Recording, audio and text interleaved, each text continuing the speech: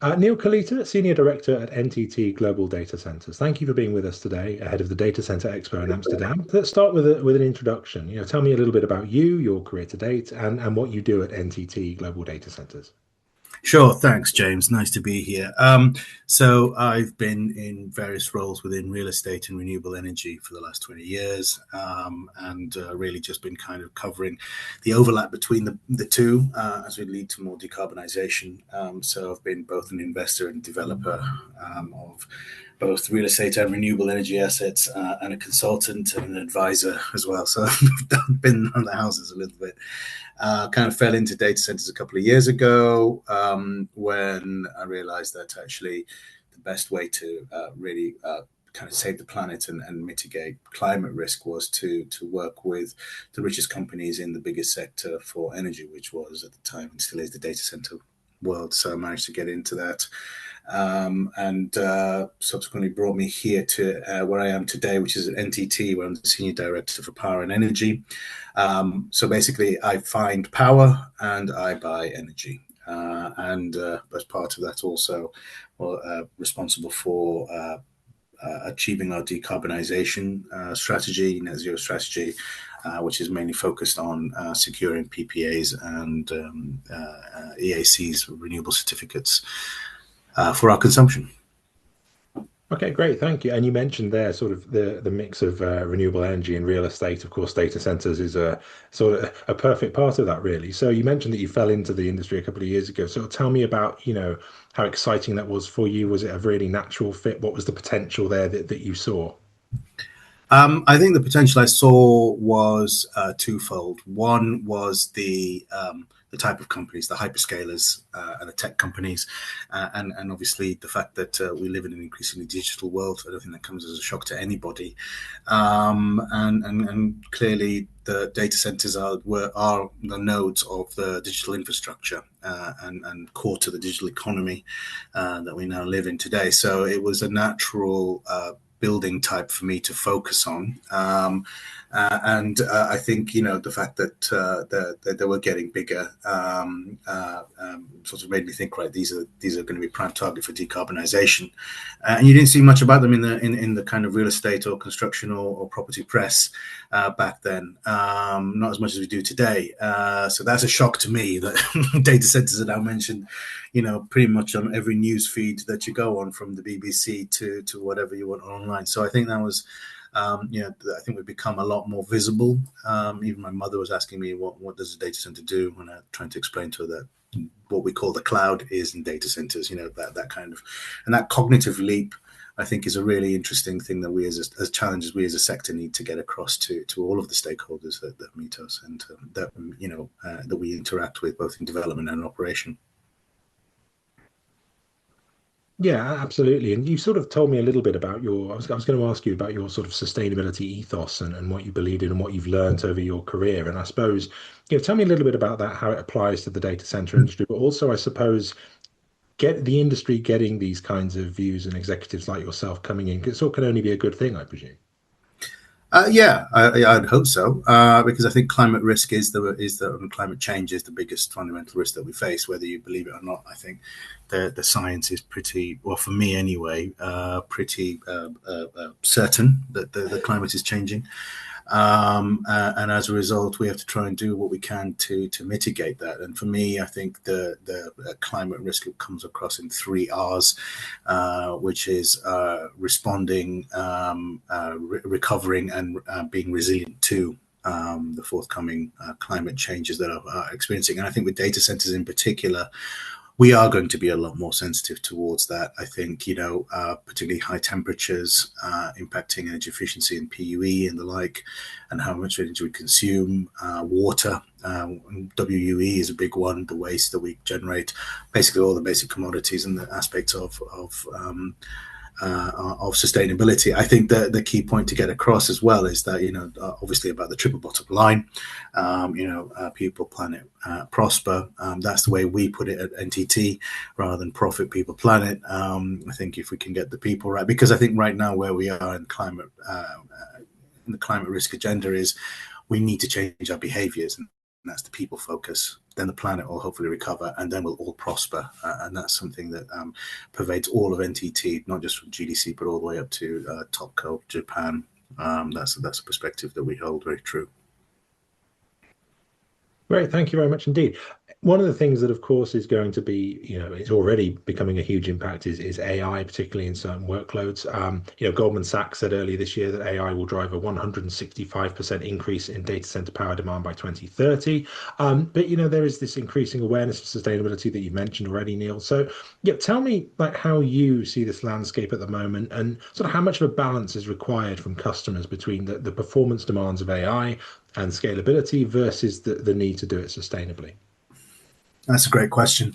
I think all the forecasts, as you said, by august organizations like Goldman Sachs, etc., are all forecasting massive increases across the board, and that's putting undue pressure on the grid for power, and that's taking us longer to be able to deliver that capacity for clients. I think the reality of AI, though, is that it is still unpredictable as to what the impact of the loads are going to be. How are they going to be? I mean, I think we're moving away from a more stable world where once your data center is on and it's high, you're consuming and you're 24/7, you do not close. I think we're going to move into a much more volatile world, I think. And I think that's going to present both challenges and opportunities for how the grid develops and responds to those AI loads. And I think one of the big things for us as a sector in terms of sustainability is not so much the green aspect of sustainability, but how we become sustainable and just being able to keep the lights on, not just for the data center, but for cities and the regions that we're in, is going to be a closer interaction between data center operators and network operators of grids and the like. So I think that's going to be really interesting. Sustainability, I don't think is a nice to have optionality thing. It's pretty fundamental, particularly in EMEA, in Europe, where the legislation is hardened. The legislation landscape has hardened and is hardening, as evidenced by, for example, the German ENFEG legislation that's coming in. That's driving good behaviours, I think, from a sustainability perspective. It's not ideal, but it's the first major market, I would say, that's actually trying to bring some semblance of control and also responsibility to data center operators. And I think that needs to be applauded, and we need to be more engaged with governments in helping set that agenda and what works for our business model and what works for the country. I think the big thing, and it was mooted recently, but it was used in the wrong way. I think Jevons paradox is something that we need to be very aware of. And Jevons was a 13th century coal economist, and he came up with the idea that, the observation that the more efficient we become at using a resource, the more we use of it. And so some people have been using it recently around DeepSeek and against OpenAI and AI processing power, but I think it's actually more relevant towards how we use energy and digital infrastructure as a whole. I think that's where the Jevons paradox is, because we are going to use more of it, and we are building bigger. And that's the irony of that's the paradox, right? So we may build a more efficient data center with a lower PUE, but we're building big ones, bigger ones. So a great analogy would be TVs. All that. When I was growing up at the old cathode ray TVs, the biggest screen you got was 32 inches. Just mammoth heavy thing, massively inefficient in energy. Fast forward 2 decades and we've got super OLED or whatever you call it, and super energy efficient, but the screen size is now 80 inches. And so that's quite analogous to where we are with data centers as well, I think. So I think that's sort of some of the balances that we've got to look at between sustainability and AI. I think the common thing across both of them is scale.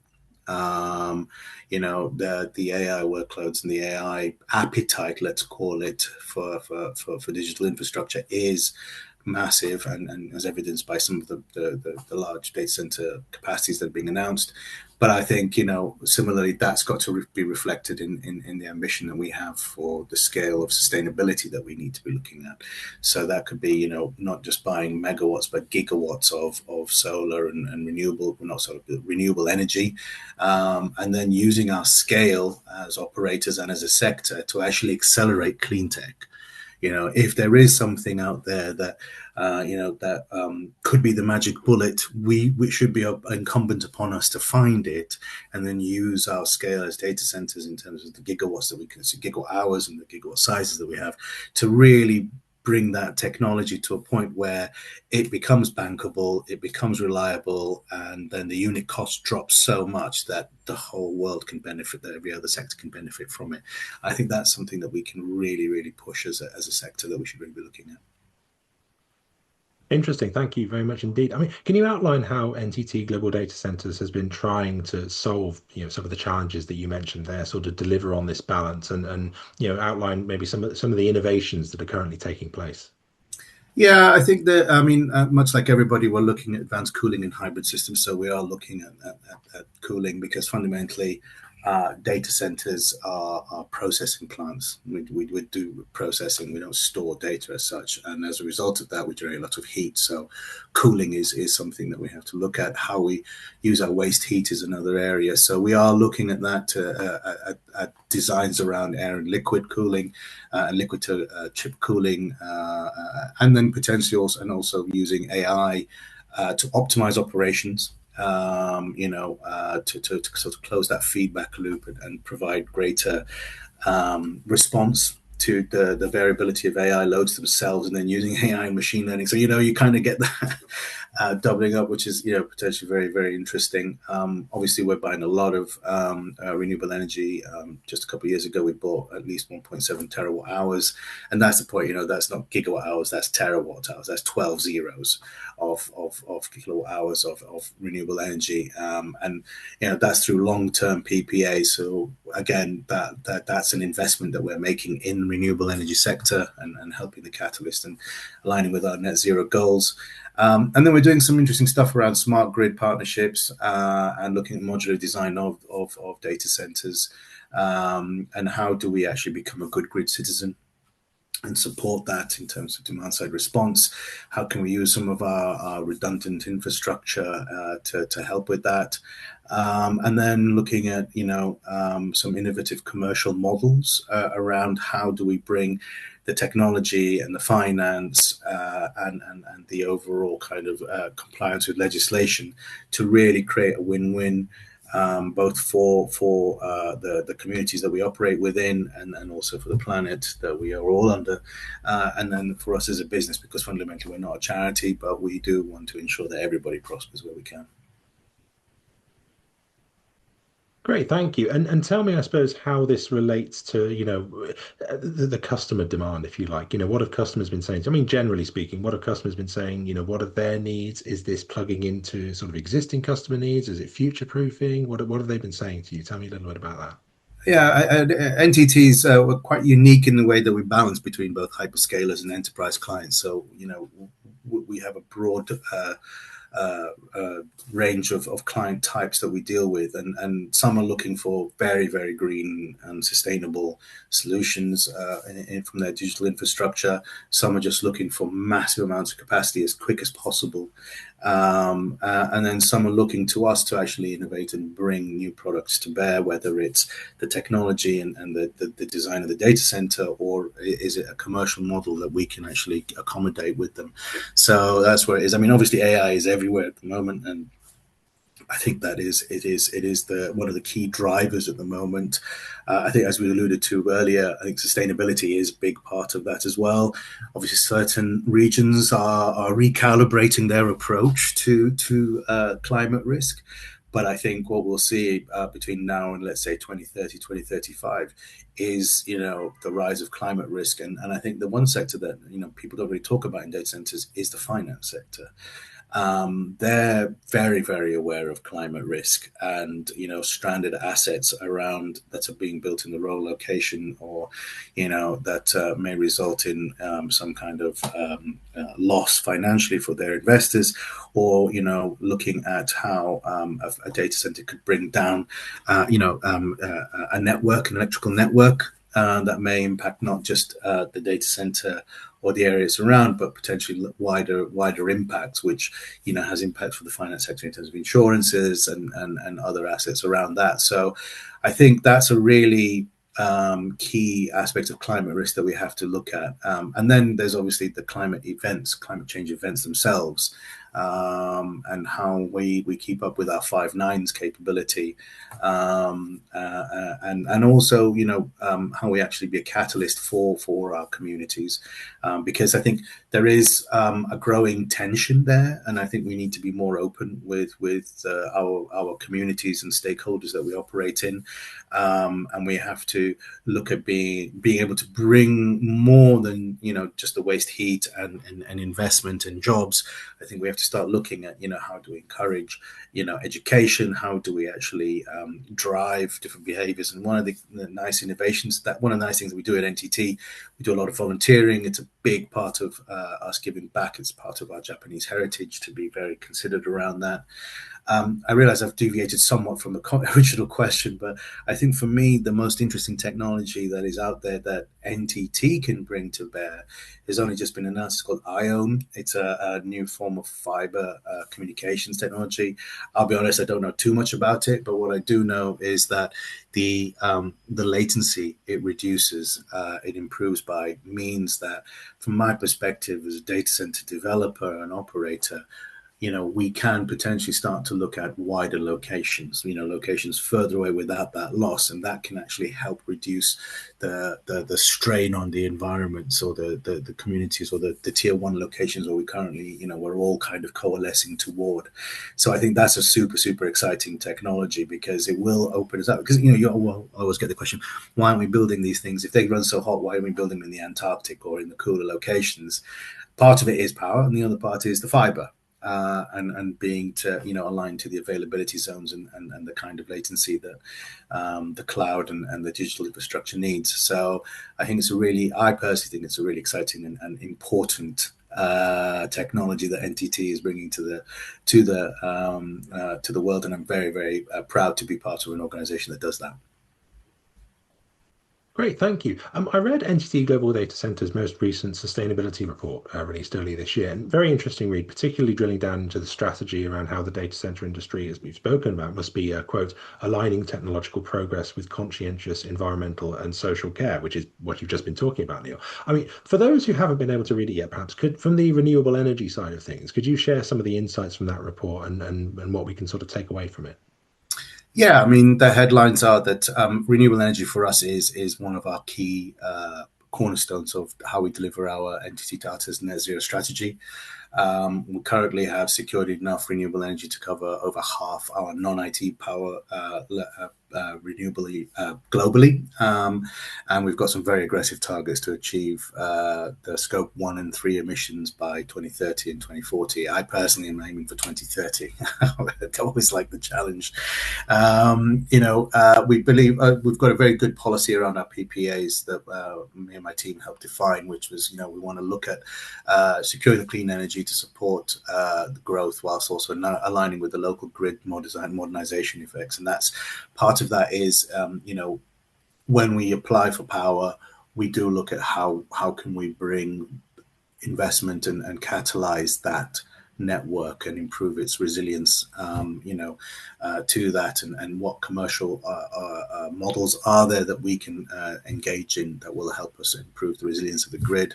And we one of the key things when we're looking at site selection is the availability of renewable energy in the local area. So we do like to see if we can secure private wire sources of energy. So that's stuff that doesn't actually touch the grid but comes directly connected to us. So there are a couple of sites that we're looking at right now that we've acquired where there is a tremendous opportunity for us to, that there is a very large, renewable energy farms being developed around that.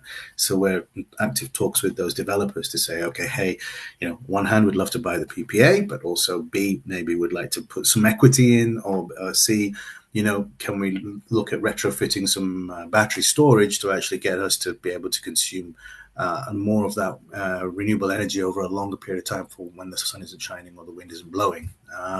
So yeah, that's super exciting. And then how we integrate with the community as well is a big part. So we do look at, how can we, with all of that renewable energy that we're looking at, that bringing in and encouraging, how can we actually use that to provide an affordance to the local communities, like EV charging hubs and the like and stuff like that. So yeah, there's a lot going on in that. But the report, yeah, it is what it is.